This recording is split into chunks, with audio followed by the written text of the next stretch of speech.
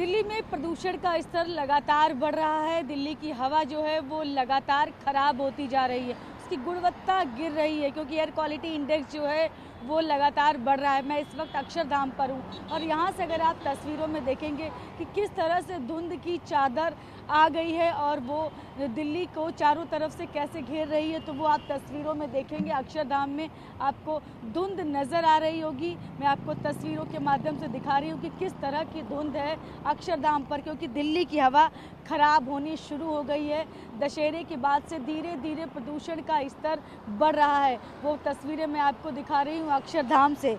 जो हाल है वो आप देख सकते हैं। अगर दिल्ली ओवरऑल आज कितना AQI है, तो अगर मैं उसकी बात करूं तो 293 है। ये जो मैं सारा डेटा आपको बता रही हूं वो है CPCB के समीर ऐप के मुताबिक। उसके अलावा मैं आनंद विहार की बात करूं 339, अलीपुर की बात करूं तो 304, बवाना की बात करूं 329, उसके अलावा बुराड़ी की बात करूं तो 339, और अगर द्वारका सेक्टर 8 की बात करूं तो 354, जहांगीरपुरी 354। उसके अलावा अगर मैं मुंडका की बात करती हूँ तो 375 है आज AQI मुंडका का, सबसे ज़्यादा मुंडका का AQI है। नरेला का 312, पंजाबी बाग 312, रोहिणी 362, शादीपुर 337 और विवेक विहार जो है वो है 327।